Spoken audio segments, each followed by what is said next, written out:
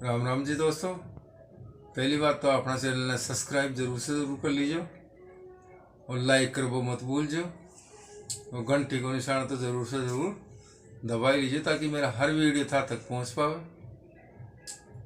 तो आज कामधेनु माता की कहानी सुनाऊँ सु और बांडी नदी कड़ सुबह से कयान की सी तो बात चीज था ना बताऊँ। चोमू के पास में एक गांव है जिसका नाम है म्हार कला। उसे बड़ी मार भी बोलते हैं। तो बड़ी मार के अंदर एक राजा हुआ था जिसका नाम था सहस्त्रार्जुन। सहस्त्रार्जुन के 500 रानियां थी। 500 रानियां थी तो सहस्त्रार्जुन इतना भगवान का भक्त था। उसने भगवान की भक्ति इतनी की अगर भगवान ने खुश होकर के उसको वरदान दिया। तो वरदान में सहस्त्रार्जुन ने मांगा कि मेरे जितना शक्तिशाली इस संसार में कोई नहीं रहे। तो भगवान ने तथास्तु कहा और उसके 1000 भुजाएं हो गई, 1000 हाथ हो गए। फिर उसने कहा सहस्त्रार्जुन ने, महाराज मेरे भुजा तो काफ़ी हो गई लेकिन मैं कहीं आने जाने में असमर्थ हो जाऊं तो उसके लिए भी मुझे कुछ चाहिए। तो ईश्वर ने उसको एक सोने का वाहन दिया जिसमें वो बैठ करके और हवाई जहाज से भी फास्ट गति से जा सकता था। तो वो ये दोनों चीज़ें होने के बाद में सक्षम हो गया। फिर भी वो भगवान की भक्ति करता रहा। उसके 500 रानियां थी। उन 500 रानियों से बहुत ही वो प्यार प्रेम से रहता था। तो रानियां हमेशा रोजाना जमुना जी में नहाने के लिए जाती थी। तो वो जो वाहन था सोने का उसमें राजा और वो 500 रानियां बैठ करके और नहाने के लिए जमुना जी जाते थे। उनका रोजाना का काम था। तो वो अपने आप नहाते थे, धोते थे और घर आ जाते थे। और ऐसे कई दिनों तक उसने राजकाज चलाया। सहस्त्रार्जुन यदुकुल से था, यदुवंशी था। उसके दादा का नाम हैहई था। हैहई ने अपने नाम से एक वंश चलाया जिसका नाम हुआ हैहई वंश। हैहई वंश में वो पैदा हुआ। तो उसका नाम तो था अर्जुन और उसके पिता का नाम था कार्तिकेय।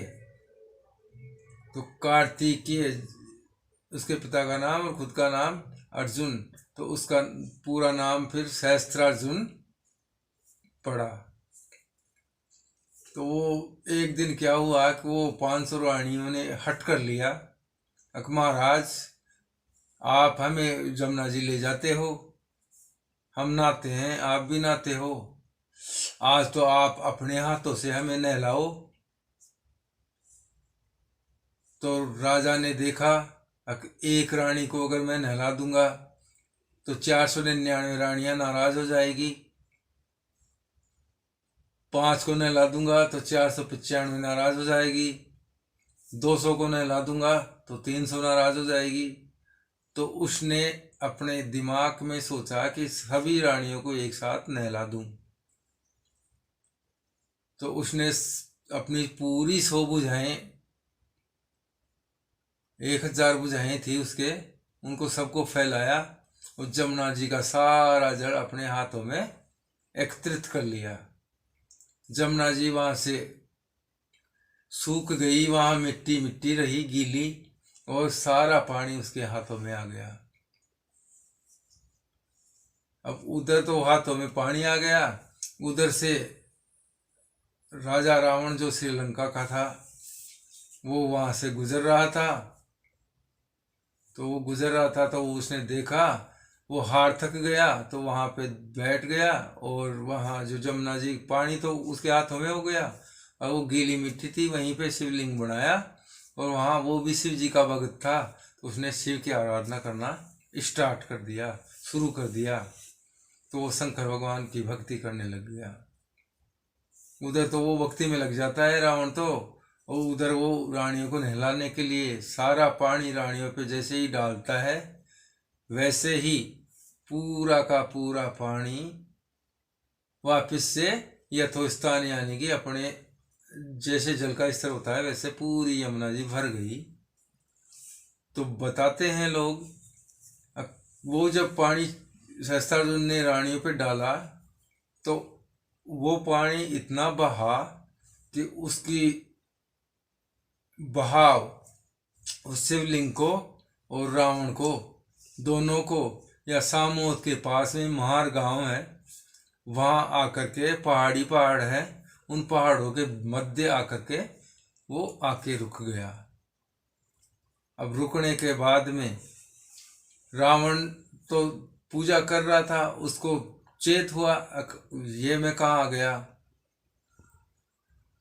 तो अचानक से उसकी आंखें खुली, तो उसके पास में भी काफ़ी सेना थी, तो वो सेना को लेकर के और सहस्त्रार्जुन पे चढ़ाई कर दिया कि तूने मेरे को यहाँ पहुँचाया है, मैं भगवान की भक्ति कर रहा था और तू बेईमान है। तो इस प्रकार से वो उसको युद्ध हुआ उनमें दोनों में काफ़ी दिनों तक युद्ध चला। अंततः जो सहस्त्रार्जुन था उसने रावण को बंदी बना लिया। बंदी बनाकर वो शिवलिंग वहीं था, वहाँ पे रावण भी पूजा करने लग गया, भगवान को भक्ति करने लग गया, भगवान से कहने लग गया हे प्रभु कैसे भी इस दुष्ट राजा से मेरे को पीछा छुड़वाओ। तो ऐसे करके वो आ गया। सहस्त्रार्जुन के घमंड हो गया, अब मेरे समान कोई नहीं है। तो वह जाकर के विष्णु भगवान पर चढ़ाई कर दी। विष्णु भगवान पे जब चढ़ाई कर दी तो बताते हैं मार के आगे भूत भी भागते हैं। तो विष्णु जी ने भी अपनी हार स्वीकार कर ली, हे सहस्त्रार्जुन मैं तो तुम्हारे से हार गया, मैं तुम्हारे से लड़ना नहीं चाहता, मैं तुम्हारे से हारा हुआ हूँ। तो सहस्त्रार्जुन ने सोचा कि तू हार गया तो मेरे को तो जब तक विश्वास नहीं होगा, जब तक मेरे जैसा बलशाली कोई मेरे से युद्ध नहीं कर ले, तब तक मैं यूं ही भटकता फिरूंगा।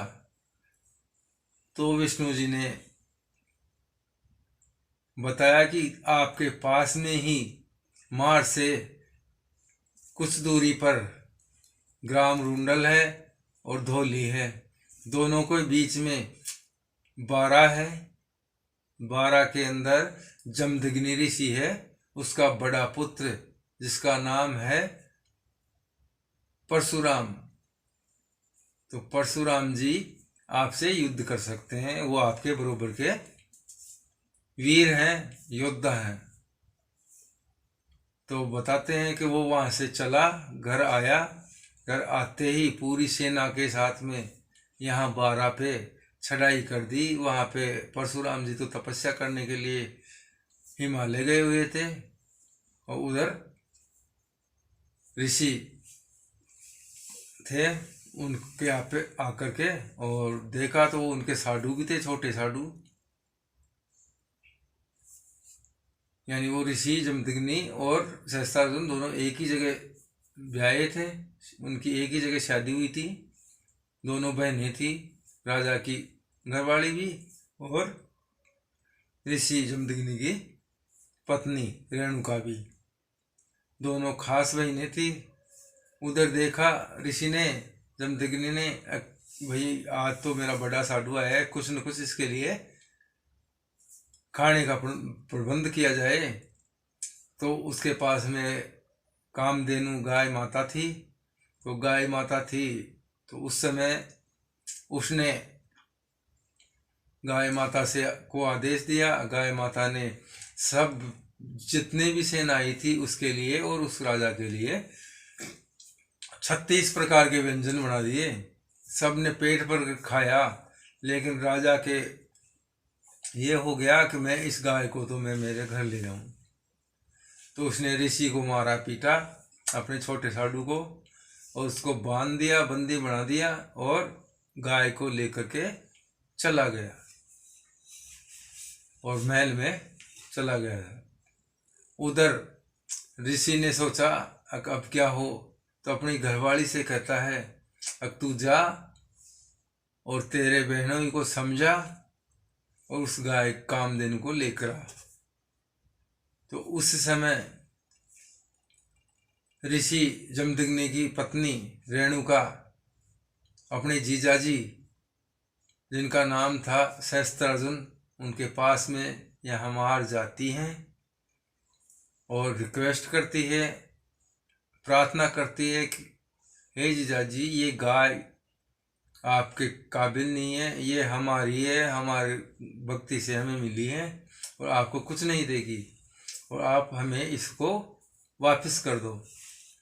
तो राजा ने कहा कि मैं, वो साड़ी लगती थी रिश्ते में, तो उसने बोला कि मैं इसको दे दूंगा, कोई दिक्कत नहीं है, आप तो आराम करो यहाँ पे और रात बसे आप अपनी बहन से बातचीत करो और आराम से रहो, सुबह ले जाना। तो शाम का वक्त हो गया था, इसलिए उसने भेजा नहीं था। एक रात वहाँ पे रुक गई। रुकने पर वो घर पे नहीं पहुंची तो जमदग्नि ऋषि क्रोधित हो उठे।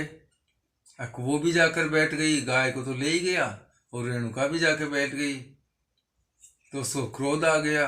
क्रोध आने पर उसके दिल में भी वहम हो गया कि जीजा जी की गई है और ये तो जीजा की घरवाली रह कर के आई है। तो सुबह जब आई तो ऋषि का क्रोध इतना भयंकर हो गया, अब उसने अपने पुत्र को बुलाया। तो पुत्र परशुराम जी को आवाज़ लगाई। परशुराम जी तुरंत वहाँ पे पधार गए। आने के बाद में उसको बोला, बेटे मेरे को वचन दे। बोले बोलो पिताजी, आप मेरे बाप हो, पिता हो, आपको वचन की क्या आवश्यकता पड़ गई। बोले कि नहीं, पहले वचन दे, उसके बाद में ही मैं आपको कहूँगा। तो पुत्र से वचन ले लिए, और वचन लेने के बाद में उसने बोला कि तेरी माँ का शीश उड़ा दे। तो परशुराम ने उसी समय अपनी माँ का शीश उड़ा दिया, रेणुका का शीश काट दिया। उस समय से आज तक वो रेणुका का जो खून रक्त बहा उसे बांडी नदी बोलते हैं। इस प्रकार वो बांडी नदी का उत्पत्ति हुई। इस चीज को देख करके वो भी आवेश में थी, एक मेरी बिना गलती मेरा शीश काटा गया है, वो भी पुत्र के द्वारा। तो इतना आवेश था कि हद से भी ज़्यादा। तो काफ़ी दिनों तक वो आवेश में रही, गुस्से में रही। अंततः जो परशुराम जी थे उनको भी लगा कि मैंने बहुत हत्या कर दी मेरी माँ की, और ये किस कारण से हुआ। तब जाके उसने अपने पिता से पूछा, पिताजी आपने मेरी माँ की नाड़ क्यों कटवाई। तो सारी चीज़ें बताती है कि ऐसे वो तुम्हारा मौसा जी आया था और कामधेनु को ले गया, और इस प्रकार ये रह आई है एक रात वहाँ पे, तो इसलिए मैंने नाड़ कटवाई। तो परशुराम जी से भी रहा नहीं गया, और उसने सहस्त्रार्जुन की बताते हैं कि जैसे कोई पेड़ टीकर या कोई भी पेड़ को छांगते हैं, उस प्रकार उस राजा सहस्त्रार्जुन की 1000 भुजाओं को पेड़ को जैसे छांगते वैसे छांग दिया और उसकी हत्या कर दी, मार दिया यानी कि। तो सहस्त्रार्जुन का इस प्रकार वध हुआ। वध होने के बाद में फिर भी गुस्सा नहीं रुका। उसके बाद में परशुराम ने 24 बार इस धरती से क्षत्रिय नाम मिटा दिया। आखिर में भगवान विष्णु ने अपने भक्त हनुमान जी को आदेश दिया, अखे हनुमान तू जा, और वो भी शंकर का ही अवतार है, उसे कैसे भी समझा वरना तो ये धरती का नाश हो जाएगा। इस प्रकार श्री बजरंगबली महाराज आए और परशुराम जी को शांत किया, तब जा कर के वो शांत हुए। तो इस प्रकार ये कहानी है। इससे भी आगे बढ़िया से बढ़िया कहानियाँ मिलेंगी आपको। देखते रहिए मेरा वीडियो। राम राम सा, नमस्कार, जय हिंद, जय भारत।